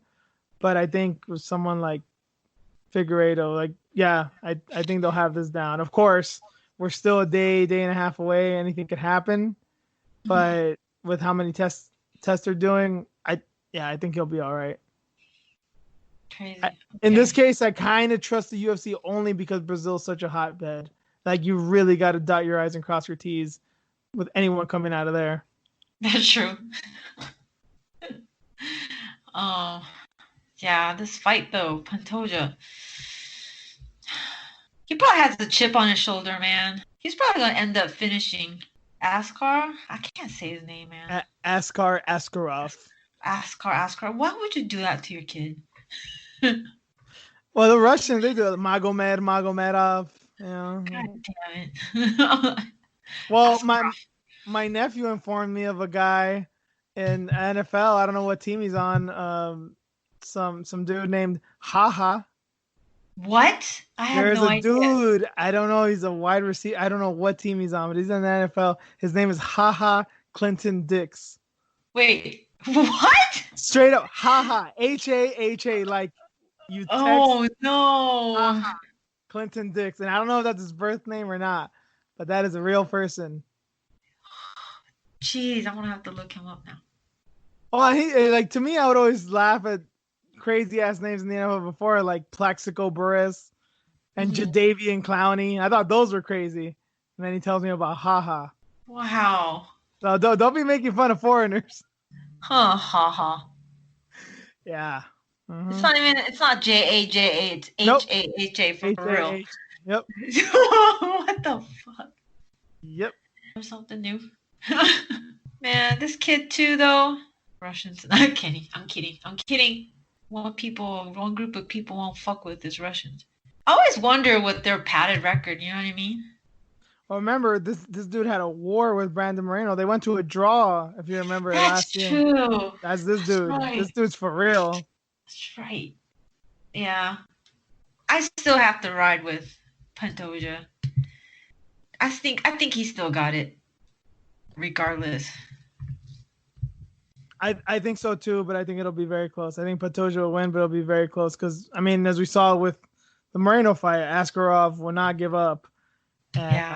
Pantoja's got that dog in him too, so I think we can see a similar fight. I think it'll be fun as hell, but I think Pantoja will barely edge it out, maybe like a split decision. Co-main event: Jack Hermanson is gonna be fighting Kelvin Gastelum. I totally forgot this fight was even booked, and I definitely forgot it was happening this weekend. This is, oh my god, I don't know. I know Gastelum's good. Shit, I mean he almost beat Adesanya in one of the best fights of all time, but Hermanson, he still scares me, man. Is Kelvin gonna make weight? Because he's gonna be at Fight Island, right? That's a question for every fight. Well, especially the way they're being catered and taken care of. Is he gonna be careful with this diet? I don't think his mom is on the island, and Mexican moms are the ones you got to worry about. Come, mijo, más. You need to eat. Yeah. So skinny. Yeah, you skinny. Look at your face. Like you need to eat. Got a muffin top and shit. His cheese thighs, and you're all skinny. Damn, man. Yeah, Jack. He's another scary one. Look what he did to Jacare. On what? How many days' notice was that? I think it was like 2 weeks' notice. Something crazy. I mean, even him getting knocked out by what's his name? By Jared. Yeah, That's Cannonier. different. Yeah, but I don't even discount that. You know, it's like, yeah, you Yeah. lost, big deal. You're still fucking crazy. Yeah, you came out of there alive. Like you got knocked out by Jared, and you're still okay. You're And nobody wanted to take that fight anyway. He was the only guy willing to fight him. That's the other right. thing. He wanted that fight. That's right. He He was asked for it. main. Exactly. Yeah. He wanted him to come out there and fight him. Yep. He took that chance. Yeah. I think Kelvin's got his hands full, man. I still don't trust him with his weight. You're already getting beat by your own weight, man. Sorry. So you're taking Hermanson? Yeah. I He's think so still a bad too. motherfucker. Yeah, I he's think so still too. badass. Yeah, regardless of what happened last time, like you And it's can't been a sleep on that while. guy. Yeah, It's not he's like had this some. happened 2 months ago, you know. Yeah, he's had a long break, recover from all that. And the main event rematch, Joseph Benavidez and Davison Figueiredo. First fight ended in a knockout by Figueiredo, but he missed weight, did not become the champion because he was ineligible. And Joseph Benavidez is fucking pissed. Oh God. He's quite angry. I get where he's coming from, but I really hope this doesn't fuck with him too much. I hope it doesn't either. I hope everything goes smoothly. No weight issues. This is another one. It's like, okay, we need to know who the champ's gonna be. We need a champion for your division. Henry. This is another one that Henry fucked up. And I hope Benavidez wins. He needs to walk out of there with that. I'm kind of going with Benavidez just by default here, just Right? because I just think just I almost feel like just give it to the guy already. Not because I think Figueiredo sucks or that he even will beat him. It's just like this guy's paid his dues, man. Like just he's gotten second place so much. Like he's bound for first place every once, you know. Eventually, he's got to get it. Right? It's not fair. It's not right. And I actually feel too that even if he wins fair and square, I just feel like he's not bound to hold on to it. Like the next Right. contender is just gonna obliterate him. Like I don't know. Just I do not Yeah. envision good things for Joseph Benavidez's future for some reason. Yeah. Just let him hold it for however long. Right? Just Just let him just enjoy it. just the tip. Yeah. Let him sleep with the belt too. Yeah. Post pictures with Megan. Give him that. At the end of the day, he still wins because he has Megan Olivia. Maybe that's why things haven't worked out the way he wants them to. It's like, well, you got her, man. Don't complain. Right? Your life is already balanced. Yeah. Yeah. Damn But it. actually going on about the fight, I mean, the dynamic is still the same. The weight thing also, I mean, Figueiredo got out there late because he wasn't even supposed to be here. Like you were talking about with Usman and Masvidal, how has he been eating? How does he doing the weight cut? And then with the COVID stuff too, it's like, is he healthy? And I don't mean that he's gonna be infected and get people sick. Obviously, knock on wood, but more just like, well, what has that done to him physically? Has he been in top shape? And then what's he been doing in Brazil? It's scary environment for him, for everybody, but especially what he's been going through. Yeah. So Crazy. obviously Crazy. we all hope Figueiredo Yes. makes weight. Yes. Him and Calvin. Fucking make Yeah, weight, man. of course, then this can be a total clusterfuck. But obviously we hope that he makes weight, hope Kelvin makes weight, but especially Figueiredo. And this is a fair fight, and there's no headbutts, there's none of that. Yes. There's just a definitive answer. I just feel like we're asking for too much, though. Something's bound to happen, man. Hope it doesn't get a champion. Won't get another do-over. Can you imagine if they did another do-over? At that point, they'll just be like, no, man, Figgy, that's it. Back on the line, right? I think so. Yeah. Who the hell knows? But yeah, I'm going for Benavidez kind of by default. Yeah. He's got. I realize what the task is though. This is gonna fucking suck. Not fun. Sorry, Joseph It's B. not. It's not, man. It's not. And no fault of his own. Like he always shows up. It's just shit happens. Nah, I wouldn't feel good. No, if Figs wins, I would not. I would be so upset. Well, if he wins fair and square and makes weight, hey, more power to him. But I still be upset. I still be a little salty. really, Like you didn't deserve it. You had a do-over and you got the belt. You didn't deserve it. I get that, but hey, got to take what you can, especially now. True. Especially now. So that does it for the preview. We're gonna get into some headlines. And there's really not much. One not so big one. Well, neither is big, but I think they're interesting. So Dana White saying that Abu Dhabi is plan B if Nevada shuts down. Obviously, things are bad here in the States. And I haven't seen the numbers in Nevada, but it seems like places where there's hot weather is where it's really spiking. Arizona and Florida being the worst ones. Here in Cali is really bad too. I think that, the whole thing of the heat kills the virus. I think there's something to be said there, but also places like this, people aren't going out because they want to be in their air-conditioned homes. If somebody gets sick, the whole family can get sick, the whole household can get sick, and it's just a snowball effect. So I don't know the full case with Nevada. They seem to be pretty balanced with some stuff. I know they kind of opened up early. I know the casinos are open. I don't know what they've done as of late, but I don't want any city, any state to shut down. That's not good for many reasons. If it has to be done, it has to be done. But I do commend Dana for having the plan B, and it seems like Abu Dhabi, according to everybody, they could be lying, but I don't think so. They haven't nailed down. So if this is the safest option, why not? Yeah. I just wonder, will that delay like the Contender Series too? Yeah, that's gonna be a lot to get like these 4-1 up and comers to go to Abu Dhabi to have. Yeah, right, because I think that starts next month, I think August. Yeah.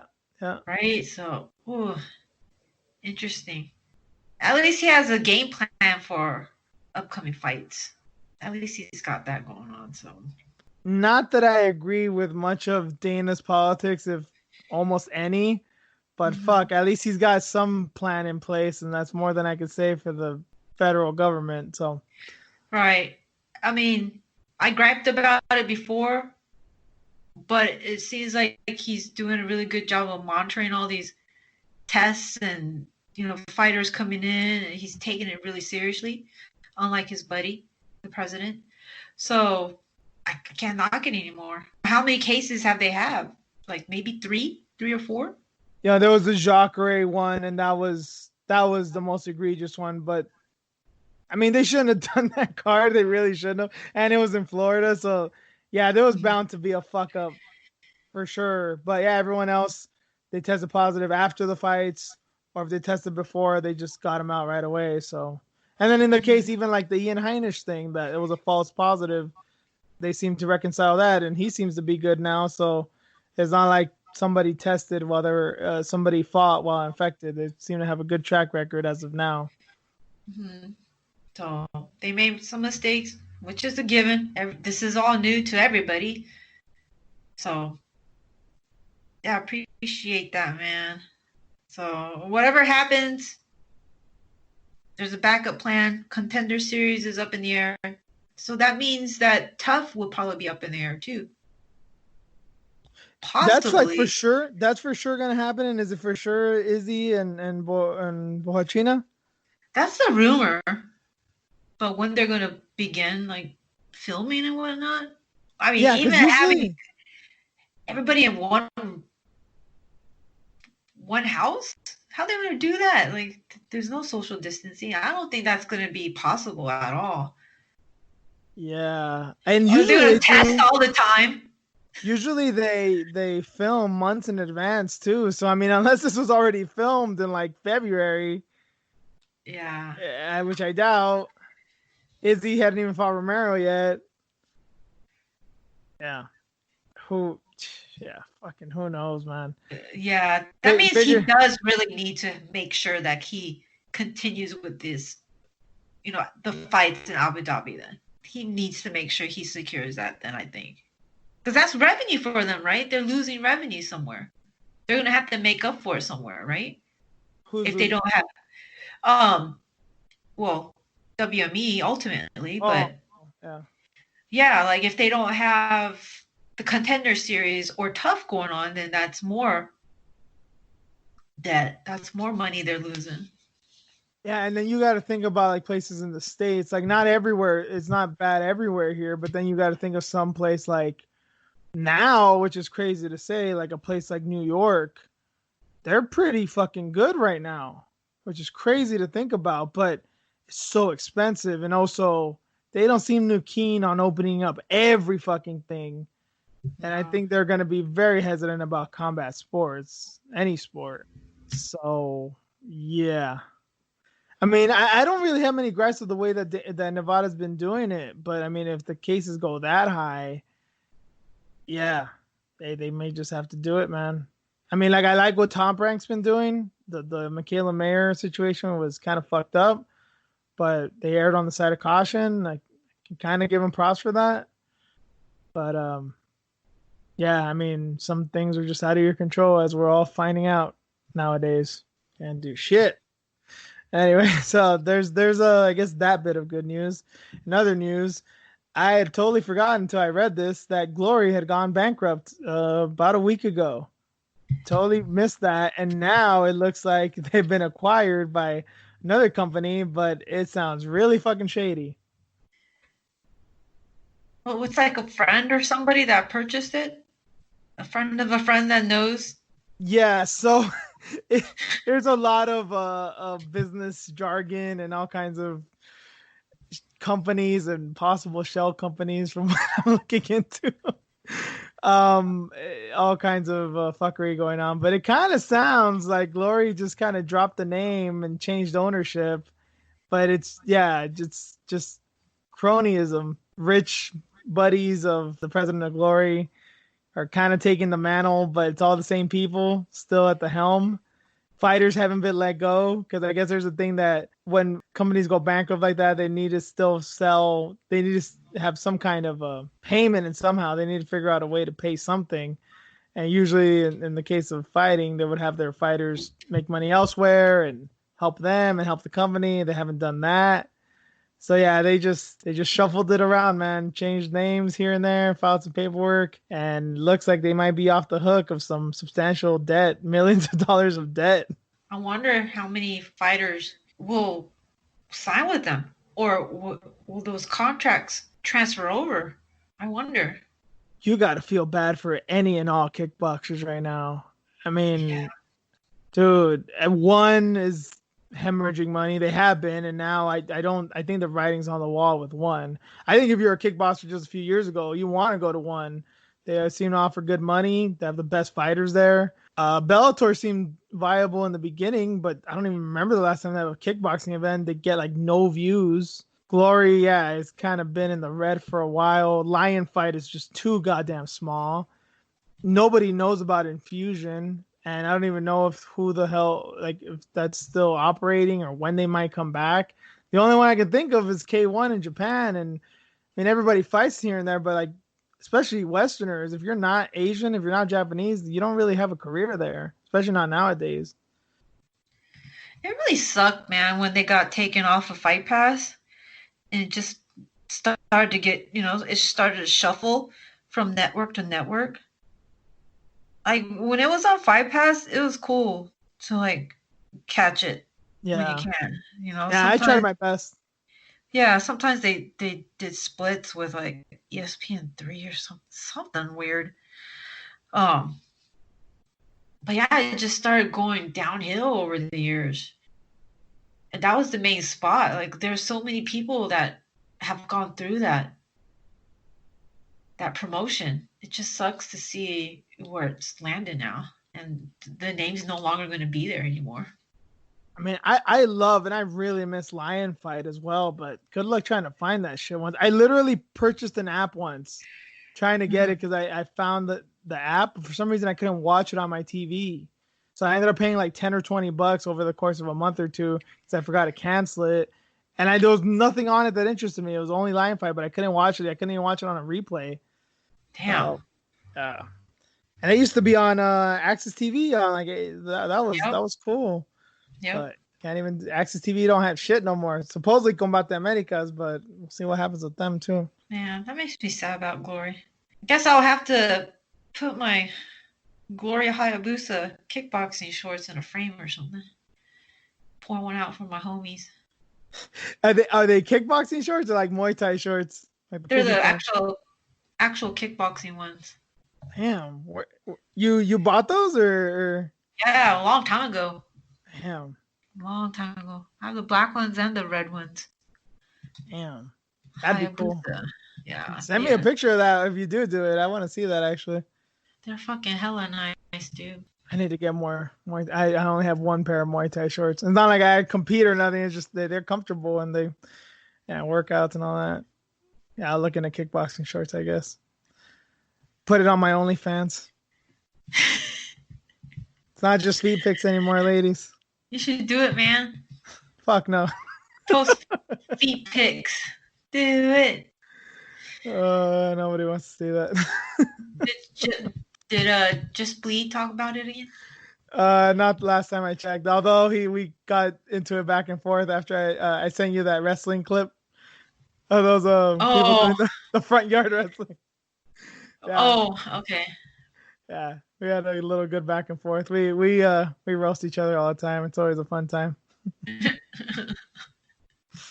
It's always our little mini player haters ball with him and Fukalo and Eric 303. That's basically it for headlines. So let's get into some matchups. So some pretty good fights. These are all supposed to take place at the Apex or at a location to be determined because, again, anything can happen now. Maybe this all takes place in Abu Dhabi still. But there's an event taking place on August 29th at the Apex, supposedly. Mallory Martin's going to fight Hannah Cyphers. So good news, Hannah Cyphers is still on the roster. Even better news, Mallory Martin is fighting her. And this is basically like just a dogfight, man. This is two pit bulls going at each other. You think? Yeah, I mean, we know how game Hannah Cyphers is, and Mallory Martin, when she's on, she's fucking on, man. Yeah, it's just that size again, though. Like, come on. Mallory's not the biggest girl, though. She's had weight issues in the past, I think like once, but I think it really was a time of the month type thing because she's not like a big girl. She's not like Aspen Ladding this shit, Gotcha. I think it's only been once, maybe twice, and it was by like half a pound, but I don't think there's going to be that much of an issue. I love Hannah, man. It just sucks, man. Okay. This is a winnable fight. I mean, I kind of favor Martin, but I would not. It's not out of the question that Cyphers wins. What a quick turnaround, too. Good on them for keeping her. She's a company woman. Like, she'll fight. Yeah, they kind of gave her that respect, right? Like, you fought anybody and everybody. You can stay around. Even when it's probably in their, not their best interest, but it would behoove them to cut some people. And Cyphers would seem to be primed to be on the chopping block, but they still give her that respect. Another female fight taking place September 5th. Location to be determined. Probably Apex. Again, we don't know. Marina Moros, who I thought had been cut for a while. Marina Moros supposed to be fighting Montana De La Rosa. So that should be interesting. Damn, that's the same night as Alistair? Okay. Yeah, we'll get to that in just a second. But yeah, I mean, Montana's been looking good. Moros, I don't know where she's been. I don't remember the last time she fought. She fought Mazo? Sabino. Yeah, she fought Mazo once. That's right, in March. Wait, no, that was last year though. We haven't seen her. Who did she fight? I thought she fought recently. I can't remember. I'll look it up. Myra Silva in March. Oh, okay. Yeah, I think she was one of the Contender Series, the Brazilian Contender Series girls, I think. So. Yeah. And Montana, I'm trying to. What's her name? Barella. She just dominated Barella a few months ago. So, yeah, this should be fun. Striker versus grappler, although I don't know, Marina's kind of weird sometimes, but big fan of Montana De La Rosa over here, so I think we'll watch whatever she's in. Yeah, that should be a good fight. Yeah, for sure. And yeah, as you mentioned, Alistair Overeem is supposed to fight Augusto Sakai. Looks like that might be the headliner on that card, September 5th. I don't know, man. I mean, I'm not. We've all said I'm not the biggest Overeem fan. I give him a lot of respect for the Walt Harris fight in so many ways. I don't hate the guy anymore, but I don't know. Sakai, I don't see what it is about him. I know heavyweight is thin, but I rarely look at an Overeem fight and think he's gonna wipe the floor with this dude. But in this case, I really think he is. It doesn't make sense for him to fight Sakai, but I mean, he has been on a hell of a run. He's been on like a 6-fight win streak. I mean, who should Alistair fight next, really? Maybe the question is, why should he fight? Right? Why should he fight anymore? God damn it. He thinks he's got one more run in him. I mean, he's been knocked out 1,800 times and still comes back. I mean, who the fuck are we to argue? I know, somehow he's still. And I think he still believes Stipe tapped. He felt it. Or maybe that's just MMA Twitter that just endlessly trolls. I don't know. Yeah.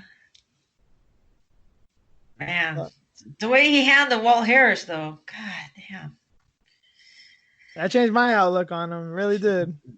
Right. Sakai, yeah, I think he's leveled below even Walt Harris. And not that Walt Harris isn't good. Actually, he is, but I don't think Sakai's even as good as him. It'll be an interesting fight.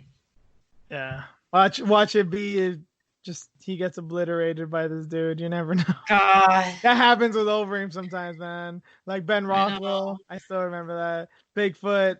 Nobody expected that. We'll see. I think I'll cry, man. Especially Sakai with like his weird love handles and shit. It would just be a funny sight. I hate that shit. No fade on the fat guy. Yeah, I know. Or is it just because he's part Japanese? Yeah, do better. Fat Japanese. You got the 40-year-old looking all beefy. Well, that's come on, man. Come on. What? I have no idea what you're talking about. Of course. I want a list of your supplements. This is the only time I'm gonna mark out for all Alistair. I have no idea what you're talking about. Uberim, who's that? The all natural that fought Brock Lesnar. Yep. Oh Lord. USDA lean certified beef. Mm-hmm. Right. Horse meat. Yep. And the last fight, I think the biggest fight that's been announced this week, and one of the fights I'm most excited for, possibly all year, Marlon Chito Vera is going to fight Sugar Sean O'Malley. It's supposed to take place.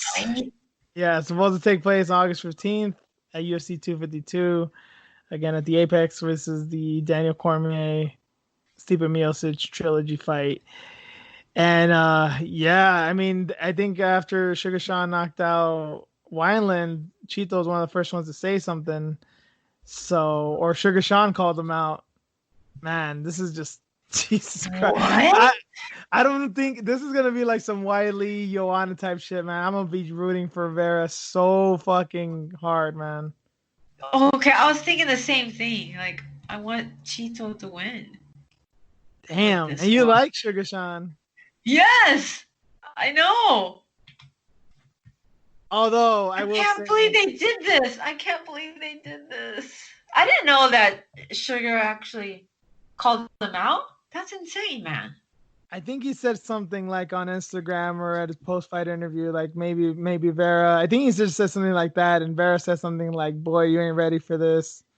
You know, Oh, some shit like that. He went hard on him. Broken English a little bit, but I get what he was trying to say. oh my God. I like this fight. I love Chito Vera, and I'm gonna mark out for him fully for this. But I will say this: I had a lot of respect for Sean after his last fight that hasn't gone anywhere.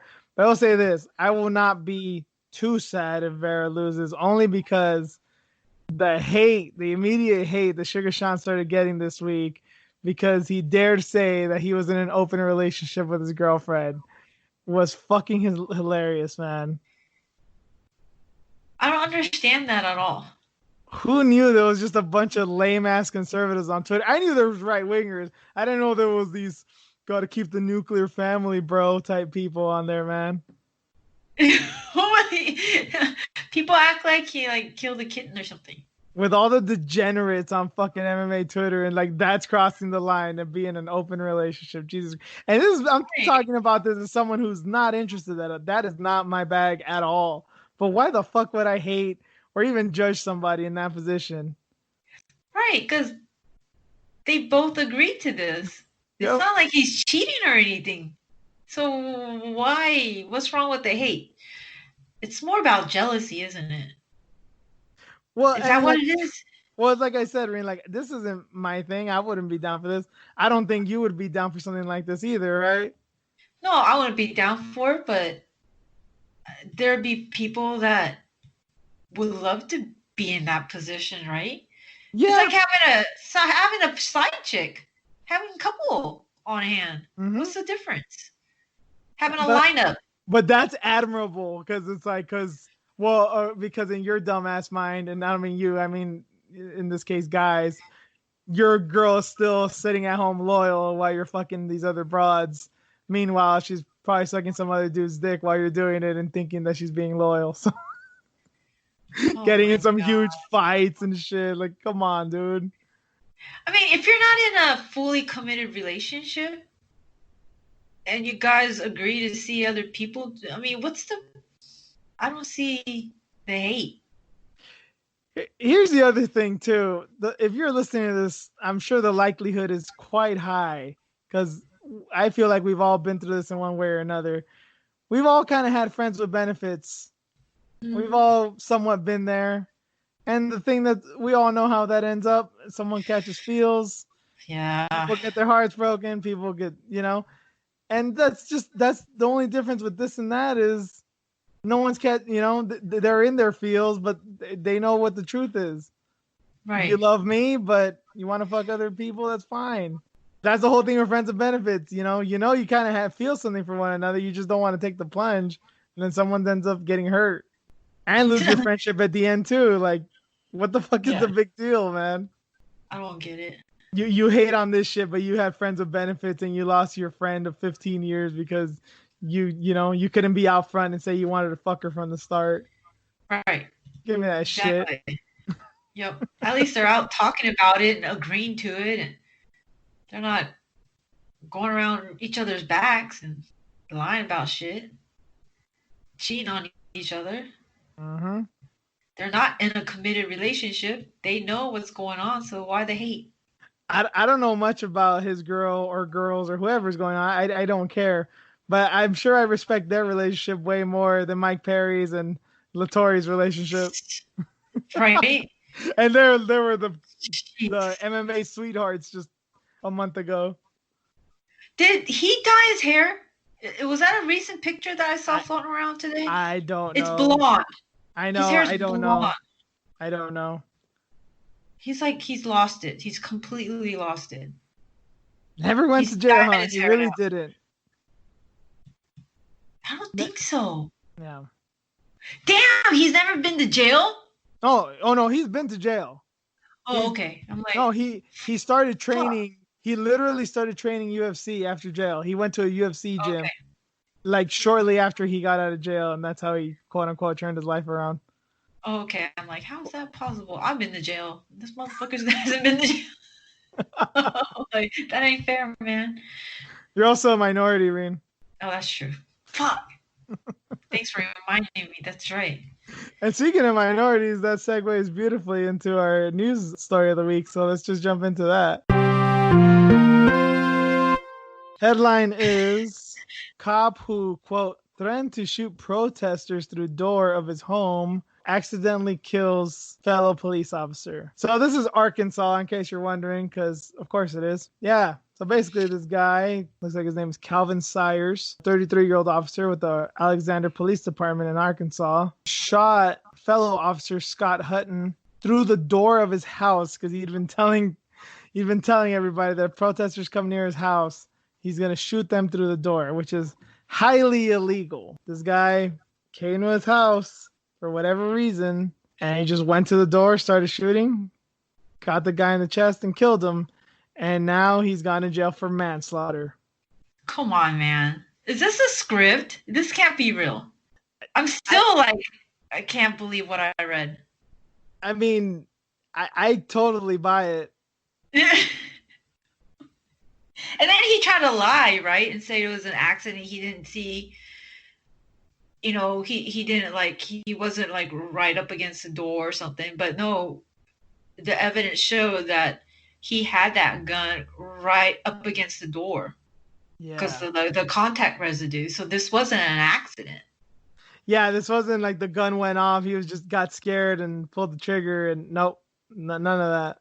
Mm-hmm. It's just funny that given the circumstances, him firing a gun in his own home, it's like even most people, never mind whether he's a cop or not, tend to get the clear because you're defending your household.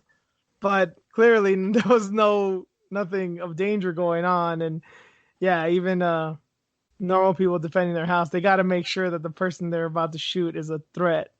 And he never did any of that. Mm-mm. It's so crazy. The cop coming didn't really announce himself, but should he have? What was his business for being there? And then this guy just being an idiot anyways. It's just, something was bound to happen. I can understand why someone in a bad neighborhood who's probably had some beef with people in said neighborhood, probably feeling uneasy, saw something suspicious and did something like this. Wouldn't make it right, but at least they could see where they're coming from. And they can get caught up in this shit and go to jail because, they're being stupid and they didn't know the law. Of course cops know this fucking law, man. Yeah. It kind of reminds me of the Pistorius case. I don't know if you remember that a few years ago, the South African. No. You don't. I think his name was Oscar Pistorius. You never heard this? Oh, the no-legged dude that killed his wife. Fucking idiot. Yes. Yeah. I mean, a lot less sinister than that because clearly this guy just wanted to murder his wife. This guy's just a dumbass. But yeah, just the whole defense of I didn't know. Yeah. Well, sorry. I mean, I laughed. I was laughing again. Cop kills a cop. Well, here's the thing is that I've tried to be nuanced about the whole thing lately with, obviously police brutality and defunding police and demilitarizing police and disarming police in some cases, all this shit. I've been trying to be nuanced about it, and there's some things I agree with, some things I don't agree with. But there's one thing that I do find funny, the argument of you keep having all these new laws and regulations and having this, this eye on the police as people are wanting to do, that they might be hesitant to draw their guns or to act quickly in said occasion, which to me is just, I entertained that argument for a while, never believed it, but at least entertained, okay, I get what you're saying. But now I just laugh at it because it's welcome to the real fucking world, buddy. You know how many of us want to beat the shit out of people on a regular basis? You know how people have actually had real threats and real possible harm that could come their way, but because they're not in a certain location or have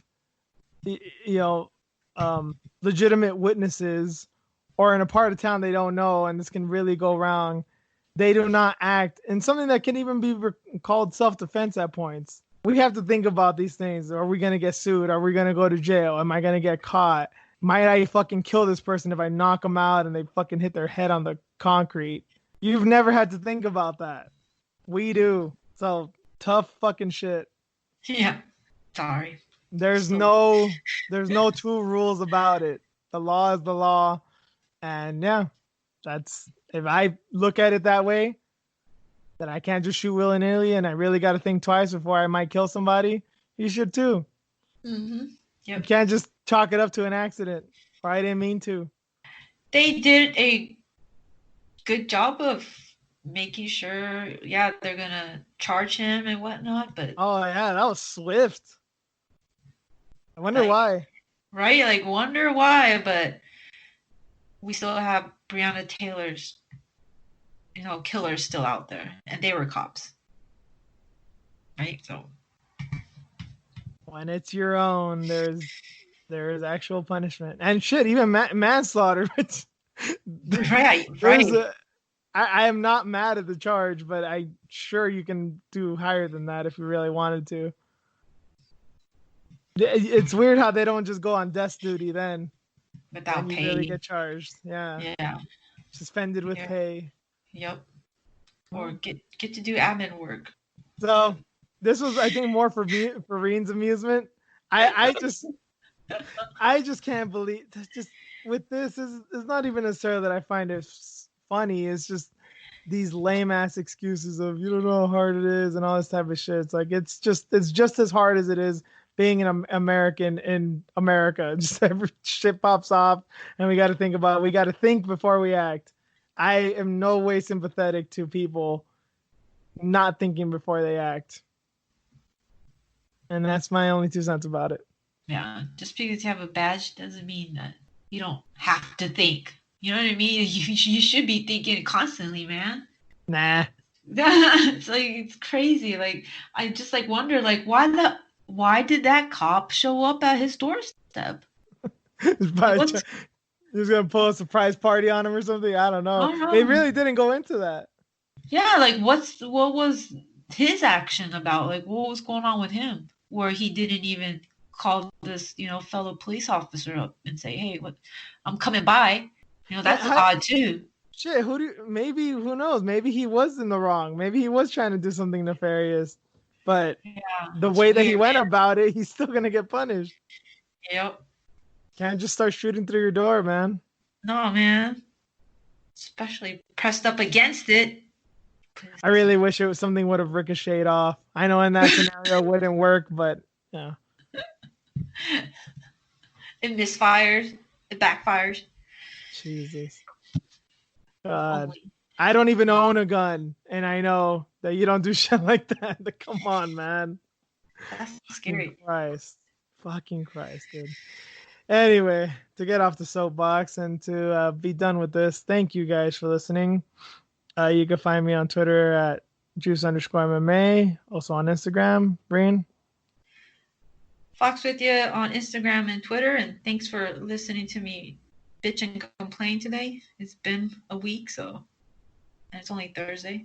It's not even over yet. We're almost there.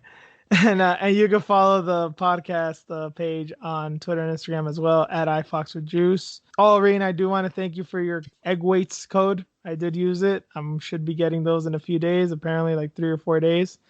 I do want to thank you for that. And I'll let you know next week, as I should be able to use them, how they are. And you guys should, I think you still have that promo up. You guys should check them out. Yeah, I love my egg weights, man. They're so much easier to use in comparison to little dumbbells. Because I feel like dumbbells are going to just fly out of my hands. So if you guys are interested, check out my Instagram page. You can also check out Twitter. There's a link in my bio. That'll link you over to the website. And if you use Fox with you, the code Fox with you, get 10% off. So definitely check that out. And you will. I used it and it works. It's legit. Thank you, Reen. And keep an eye out on our social medias, especially Reen. She's been doing a lot of work behind the scenes. Don't know how or when we'll be coming out with this stuff, but it should be relatively soon. Just keep your eyes peeled, dude. You might like what we'll be coming out with. So thank you guys for listening, and we'll catch you all next week. Later.